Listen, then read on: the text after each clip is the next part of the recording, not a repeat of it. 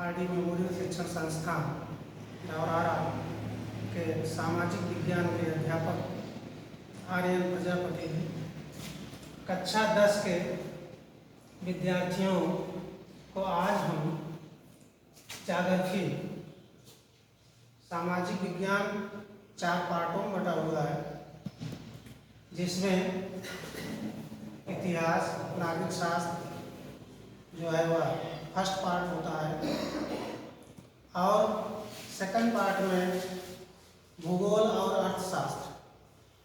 तो आज हम आप लोगों को भूगोल में संसाधन एवं विकास के बारे में आप लोगों को बताएंगे। संसाधन ऐसा होता है कि मनुष्य की आवश्यकताएं अनंत होती हैं और इन आवश्यकताओं को पूरा करने के लिए हर एक व्यक्ति को कुछ न कुछ संसाधन की आवश्यकता होती है। आज इतिहास गवाह है कि मानव सभ्यता का विकास हमारी इस पृथ्वी पर जितने भी संसाधन थे उनका धीरे धीरे मनुष्य उपयोग करके आज हम विकासशील से होते हुए विकसित की ओर अग्रसर हो रहे हैं। तो यह संसाधन जो है यह हमें इस पृथ्वी पर उपलब्ध है, सब कुछ उपलब्ध है, लेकिन उसका उपयोग हम मनुष्य धीरे धीरे करके एक दूसरे के संयोजन से हम उसका प्रयोग करते हैं और नई नई चीज़ों की खोज करते हैं। जैसे इस पृथ्वी पर अनेकों प्रकार के संसाधन मौजूद हैं। प्रकृति ने हमें बहुत कुछ दिया है, जल दिया है, वन संपदा दिया है, खनिज पदार्थ दिया है और इन सब के सहयोग से हम अपना भोज्य पदार्थ भी प्राप्त कर लेते हैं और तमाम प्रकार की तकनीकी आवश्यकताओं को इन्हीं संसाधनों के माध्यम से पूरा करते हैं। तो देखिए, हमारे पर्यावरण में प्रत्येक वस्तु उपलब्ध है जो हमारी आवश्यकताओं को पूरा करने में प्रयुक्त की जा सकती है और जिसको बनाने के लिए प्रौद्योगिकी उपलब्ध है, जो आर्थिक रूप से संभाव्य और सांस्कृतिक रूप से मान्य है, वह एक संसाधन है। और हमारे पर्यावरण में उपलब्ध वस्तुएं हमारे पर्यावरण में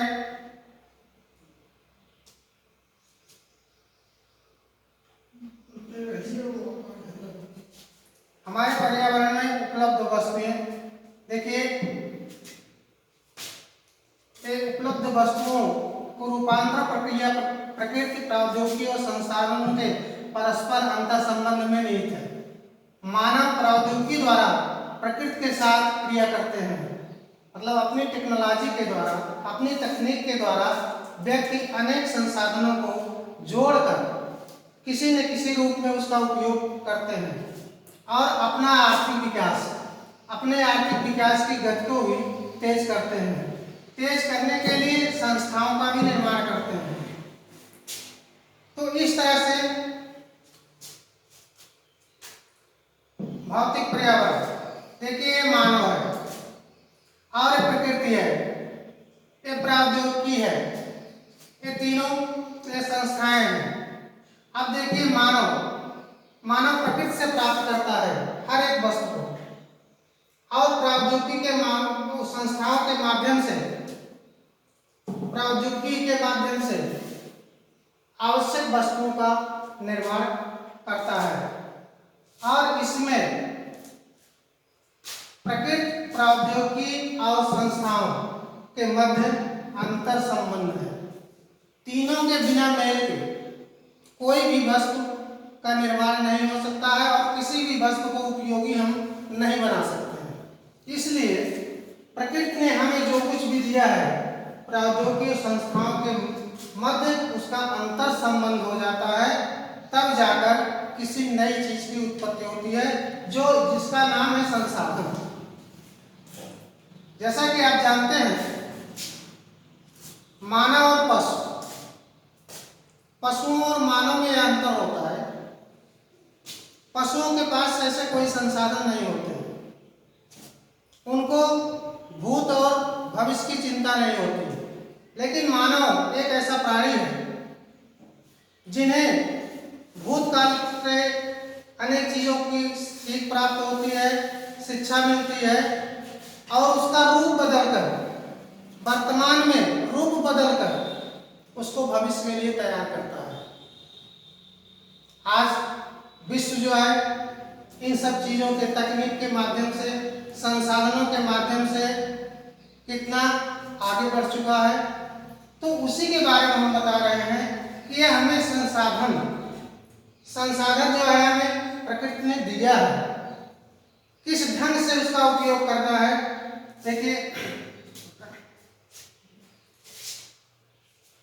संसाधन एक प्राकृतिक संसाधन होता है, एक मानवीय संसाधन होता है। इसके दो रूप होते हैं। और प्राकृतिक संसाधन में नवीकरण, जो नवीन है, जिसका नवीनीकरण होता रहता है हमेशा, और एक अनवीकरण का अर्थ होता है कि एक ही बार उसका उपयोग होगा, दोबारा वो नहीं मिल पाएगा, उसको समाप्त हो जाता है। तो नवीकरण में यह जो है सतत अथवा प्रवाह, जैसे पवन, हवा कभी बंद नहीं होगी। इसका उपयोग हम हमेशा करते रहेंगे, आजीवन करते रहेंगे, आने वाली पीढ़ी भी करेगी, पीछे वाली भी किए, इसलिए इसका नवीनीकरण हमेशा होता रहता है। और जल, हमारी पृथ्वी पर पर्याप्त जल है जो समाप्त नहीं हो सकता है, इसलिए वह भी, उसके माध्यम से भी हम अनेक चीज का उपयोग में लाते हैं, अनेक चीज का प्रयोग करते हैं और अनेक चीजों का भी निर्माण करते हैं, इसलिए वो नवीकरण में आता है। तो और प्राकृतिक वनस्पतियां, वन संपदा पर्यावरण का मूलभूत स्रोत है। जो आज देख रहे हैं दुनिया में प्रदूषण की मात्रा बढ़ रही है, प्राकृतिक वनस्पतियां धीरे धीरे नष्ट हो रही हैं, क्योंकि विज्ञान जो है इतना अग्रसर हो चुका है और मानव इसका इतना अधिक दोहन कर रहे हैं कि हमारी प्राकृतिक वनस्पतियां कुछ नष्ट हो रहे हैं, फिर भी इतनी ज्यादा नष्ट नहीं हो रही है कि एकदम समाप्त हो जाए। एक समाप्ति भी होती है, फिर भी नई पैदा होती रहती है, इसलिए यह भी नवीकरण है। वन्य जीव जो है यह भी हमारे लिए बहुत ही उपयोगी है। ये सब चीजें जो है नवीकरण है, ये कभी समाप्त नहीं हो सकती हैं और इनका धीरे धीरे हम आप उपयोग करते रहते हैं। इसके बाद अनवीकरण योग, जैसे धात। ये धात क्या होता है? ये हमें खनिज पदार्थ के रूप में प्राप्त होता है। हमारे इस पृथ्वी पर खनिज पदार्थ जितने भी हैं ये सीमित हैं, इनका भंडार सीमित है। इन्हें हम जितना ही अधिक उपयोग करेंगे उतनी ही जल्दी ये समाप्त हो सकता है। इसलिए कि इसका सीमित भंडार होने के कारण इनका नवीकरण नहीं हो सकता है, क्योंकि कोई भी खनिज पदार्थ जो है वह तैयार होने में सहस्त्रों हजारों वर्ष पहले जमीन के अंदर दबे हुए थे। वो आज हमारा विज्ञान धीरे धीरे करके उनकी खोज करके उनको निकाल रहा है और उनका हम अपने तकनीक के माध्यम से उसका हम उपयोग करते हैं। जहाँ जैसी आवश्यकताएं होती है, आज हमारे खनिज पदार्थ में कोयला, लोहा और तांबा, जस्ता, पीतल, तमाम प्रकार की चीजें हमें खनिज के रूप में प्राप्त होती हैं। तो हमारे कहने का अर्थ यह है कि यह इनका भंडार सीमित है। हम इनका जितना अधिक प्रयोग कर लेंगे उतना ही कम होता जाएगा, इसलिए इसको हम धीरे धीरे प्रयोग करें, कम मात्रा में प्रयोग करें, जितनी आवश्यकता हो उतना ही प्रयोग करें तो ज़्यादा होगा, लेकिन जरूरत पड़ने पर उसका उपयोग किया जाता है। तो इस तरह से ये धातु हो गया। और जीवाश्म ईंधन, ईंधन के रूप में भी हम, जैसे पेट्रोलियम हुआ, गैस हुआ, ये भी हमारे, इनका स्रोत जो है आपकी पृथ्वी है, धरातल है, और इनके अंदर से हमें प्राप्त होता है। तो इनका भी जितना अधिक उपयोग कर लेंगे वो भी समाप्त होने के कगार पर हो जाएगा। इस तरह से हम प्राकृतिक चीजों का संसाधन के रूप में जो उपयोग करते हैं, इनका विवरण मैं अभी आपको बताया। इसके बाद संसाधन का दूसरा रूप होता है मानवीय, मानव संसाधन जिसे हम कह सकते हैं। तो मानव जो है हर एक चीज को कन्वर्ट करता रहता है, बदलता रहता है, आविष्कार करता रहता है, नई नई चीजों की खोज करता रहता है। उनके माध्यम से हमारे प्रकृति को भी नुकसान होता है, खनिज पदार्थों का भी नुकसान होता है, लेकिन नुकसान के साथ साथ हमारा विकास भी होता है। यदि हम इनका सदुपयोग अच्छे ढंग से करते हैं तो हम विकास की ओर अग्रसर होते हैं, और इनका यदि हम दुरुपयोग करते हैं तो विनाश की ओर भी अग्रसर होते हैं। तो इस तरह से मनुष्य जो है अपने आप में एक संसाधन है। चूंकि मनुष्य ही एक ऐसा प्राणी है जो अधिक से अधिक बुद्धिमान प्राणी है, और हर एक चीज की खोज भी वही करता है, और इन्हीं प्राकृतिक चीजों के मेल जोल से ही नई चीजों का आविष्कार करता है और हमारे और आपके लिए उसका उपयोग करता है। तो इस तरह से संरचनाएं एवं संस्थाओं के माध्यम से उसका निर्माण, संरचनाएं में किसी चीज को बनाना, बदलना, रूप परिवर्तित करना, तमाम चीजें होता है। तो मानव अपने आप में एक संसाधन है।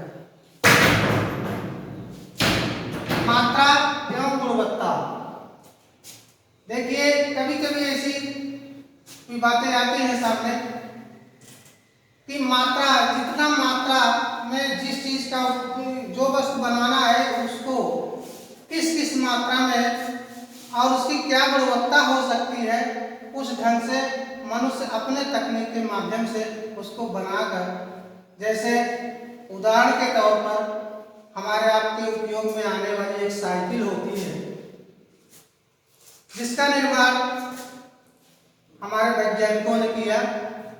इसमें बहुत सारी चीजें लगी, रबड़ भी लगा जिसके लिए टायर बना रबड़ के माध्यम से, धातु लगी, रबड़ हमें कहाँ से प्राप्त हुआ, प्राकृतिक वनस्पति से प्राप्त हुआ।